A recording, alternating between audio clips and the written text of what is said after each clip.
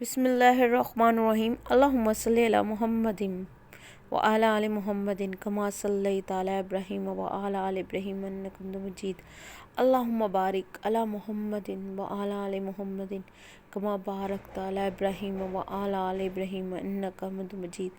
آج کا جو وظیفہ لے کر آئی ہوں یہ عمل ہے، اس کو آپ خصوصی طور پہ کریں، انشاءاللہ آپ کو اس سے افاقہ ہوگا۔ جن کے سینے میں درد ہوتا ہو یا چیسٹ میں پین ہو، یہ خصوصی ان کے لیے ہے عمل۔ اس عمل کو آپ نے پانی رکھ لینا ہے صبح فجر کے بعد اور شام عشاء کے بعد۔ یہ 1 دفعہ پڑھ لیں، 3 دفعہ پڑھ لیں، 5 دفعہ پڑھ کے پانی پہ پھونک مار کے پی لیں۔